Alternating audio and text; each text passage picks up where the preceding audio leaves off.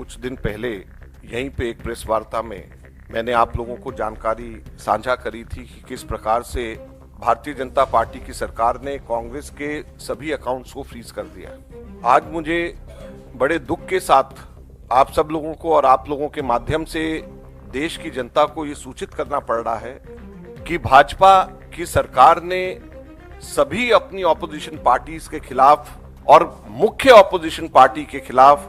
आर्थिक आतंकवाद शुरुआत कर दी। हमारे 65.88 करोड़ 65.88 करोड़ के ऊपर परसों भाजपा की सरकार इनकम टैक्स अथॉरिटीज ने डाका डाल करके हमारे पार्टी के कार्यकर्ताओं के पैसे मेंबरशिप के माध्यम से क्राउड फंडिंग जिसका 95% 100 रुपए से कम हम लोगों के पास में आया था, वो पैसा हम लोगों के बैंक अकाउंट में जो जमा था उस पे डाका डाल करके चोरी करके वो पैसा मोदी सरकार अपने पास में लेकर के चली गई। मैं बताना चाहूंगा ये 5 अकाउंट्स हैं जिससे कि पैसे लिए गए। मैंने आपको बताया था पिछली बार कि हमने इनकम टैक्स एपीलेट ट्रिब्यूनल में अर्जी लगाई है।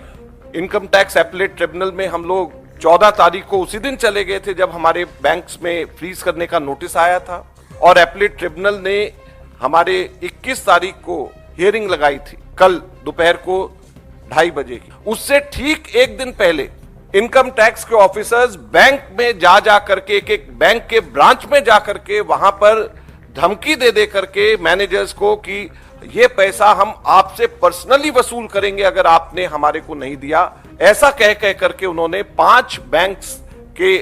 ब्रांचेस से 65.88 करोड़ 65 करोड़ 88 लाख 81,474 रुपए उन्होंने इन बैंकों से वसूल कर लिए डिमांड ड्राफ्ट के माध्यम से, जिसमें इंडियन यूथ कांग्रेस के 4 करोड़ 20 लाख 35 हजार, एनएसयूआई के 1 करोड़ 43 लाख 98 हजार और बाकी लगभग 60 करोड़ रुपए कांग्रेस के एआईसीसी के अकाउंट जो bank of Baroda, union bank और पंजाब नेशनल बैंक में है, इन तीनों बैंक से ले लिए गए और स्टेट बैंक ऑफ इंडिया में जहां पे आईवाईसी और एनएसयूआई का अकाउंट है वहां से ले लिया गया।